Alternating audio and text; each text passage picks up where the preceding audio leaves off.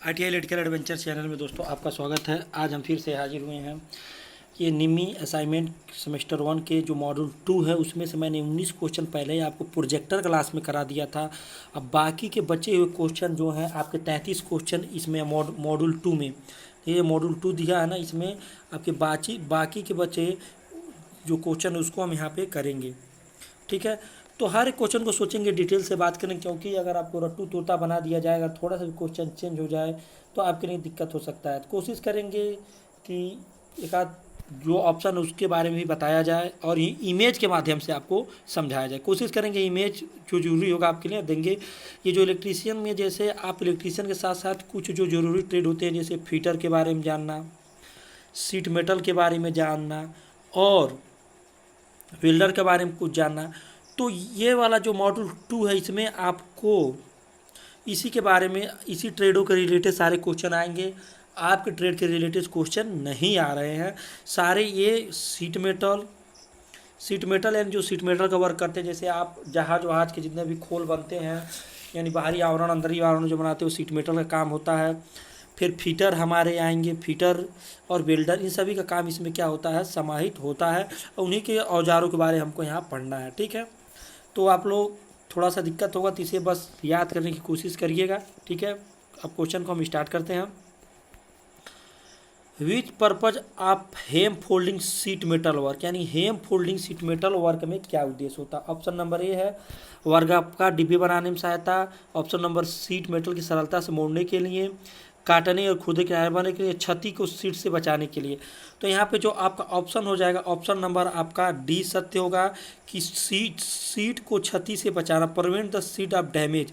और जो जानते हैं हेम फोल्डिंग का मतलब ये होता है आपकी जो फोल्डिंग होगी एकदम टाइट होगी। टाइट मतलब एकदम फोल्डिंग टाइट होगी और जो उसके किनारे और मोड़ होंगे एकदम सीधे मजबूत होते हैं। ठीक है, हेम फोल्डिंग में आपका नहीं होता। सीट मेटल का आप जब किताब पढ़ेंगे उसमें हेम फोल्डिंग के बारे में दिया गया है। तो हेम फोल्डिंग में यही होता है कि फिटिंग आपकी बहुत टाइट रखी जाती है और मोड़ बहुत अच्छे बनाए जाते हैं। ठीक है, लाइए बड़े क्वेश्चन करते हैं। 20 नंबर है which defect in the timber induces the reduce the stress, लकड़ी में कौन सा दोष इसकी शक्ति को कम करता है, यानी उसकी शक्ति को क्या करता है, ये कम करता है। तो इसका जो होती है अनियमितता। जैसे अनियमितता का मतलब क्या होता है, जब आपकी जो लकड़ी होती है अनियमित रूप से सिकुड़ती है, अनियमित रूप से फैलती है, इसके कारण क्या लकड़ी में दोष उत्पन्न हो, जो उसकी शक्ति को क्या करता है, कम कर देता है। ठीक है, यही है जिसके कारण ट्विस्टिंग भी पैदा हो जाती है। ठीक है, 22 नंबर है इस हथौड़े का क्या नाम है। तो देखिए जो हथौड़ा दिया गया है, ये यहाँ पे देखिए इसके भाग बने हुए, ये कील निकालने के काम आता है, ये ठोकने के काम आता है। ठीक है, कारपेंटर का हथौड़ा है, ये इलेक्ट्रिकल का नहीं है। इलेक्ट्रिकल का जो हथौड़ा होता है, इलेक्ट्रिकल हथौड़ा क्या है मैं बता देता हूँ। ये कारपेंटर का हथौड़ा है, इलेक्ट्रिकल का हथौड़ा नहीं, मैं पहले बता दूँ। इसका ऑप्शन नंबर आपका हो जाएगा ऑप्शन नंबर ए, इसका सही, ये क्ला हैमर है। ठीक है, इसे फेस बोलते हैं। ठीक है, ये है आपका, देखिए ये बाल पिन हैमर आपके इलेक्ट्रीशियन का। ठीक है, cross pin hammer, straight pin hammer के बारे में बता देते हैं। देखिए हम इसके लिए इसका मैंने इमेज का सहारा लेंगे हम। बाल पिन हैमर जो होता है, इसके आगे का जो हिस्सा होता है वो गोल सा होता है। ठीक है, और यहाँ पे आपका इस तरह रहता है, यहाँ आपका हैमर होता है। ठीक है, तो इमेज की सहारा हम ले सकते हैं। स्ट्रेट पिन हैमर जो होता है, इसके जो आगे का जो पिन होता है वो सीधा रहता है और क्रॉस पिन में क्या होता है, सोया हुआ रहता है। ठीक है, इमेज की सहायता से आपको हम समझाने की कोशिश करेंगे। हमने इमेज हमने यहाँ पे ले रखा है क्योंकि हाँ देखिए यहाँ पे 3 प्रकार के हैमर दिए गए हैं। ठीक है, 3 प्रकार के यहाँ पे हैमर दिए गए हैं। ये आपका हैमर का है बाल पिन हैमर, ये आपका हैमर है बाल पिन हैमर, ये आपका है क्रॉस पिन हैमर, ये है आपका स्ट्रेट पिन हैमर।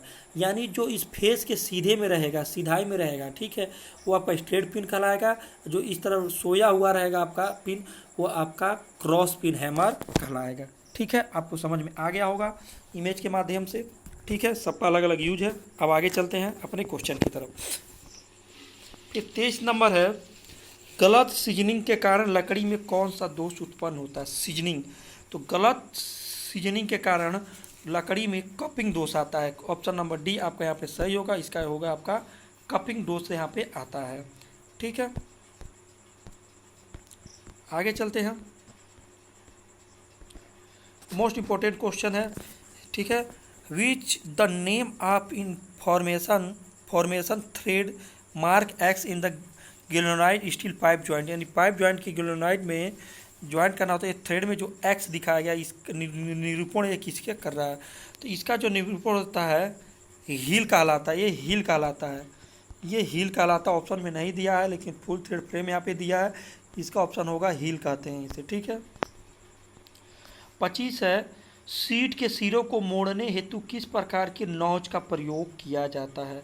ठीक है, तो नौज आपको हमने आपको प्रोजेक्टर क्लास में हमने नौज के बारे में बताया था, नौज के बारे में हमने प्रोजेक्टर क्लास में आपको बताया था कि नौज आपके क्या होते हैं। कहाँ गए, हाँ, नौज आपका क्या होता है, हमने आपको प्रोजेक्ट पे जब पढ़ा रहे थे उसमें आपने आपको बताया था।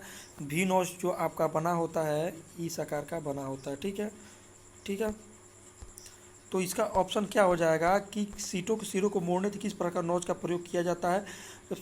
जब इसको मोड़ना होता है सीधे प्रकार का नोच का प्रयोग किया जाता है, स्ट्रेट नोच का प्रयोग किया जाता है। 25 नंबर है, क्रॉस कट ठंडी चीजल का उद्देश्य क्या है। क्रॉस कोल्ड चीजल का कवच बेड को हटाना, कटिंग की को हटाना, कवच कटिंग की। ठीक है, फिर पूछा है कि वर्गाकार नलिका को हटाना या सामग्री कोने से चौड़ा करना या बड़ी चौड़ी सतह में धातु निकाला। तो आपका 26 का क्या हो जाएगा, कटिंग कीवेज को निकालना। कटिंग कीवेज को निकालती है क्या, ये आपकी क्रॉस कोल्ड चीजल ठंडी। तो इसको मैं दिखाना चाहूँगा, कोल्ड क्रॉस जो होती है, क्रॉस कट छीनी कैसी होती है, उसको हम सहायता लेंगे किसकी, हाँ, इमेज की सहायता लेंगे। ठीक है, ये होती है क्रॉस की, ये आपकी देखिए ये तो नॉर्मल छेनी होती है। ठीक है, ये आपकी नॉर्मल छेनी होती है, जिसे हम कोल्ड चीजल कहते हैं, ये क्रॉस कोल्ड चीजल कहलाती है। ठीक है,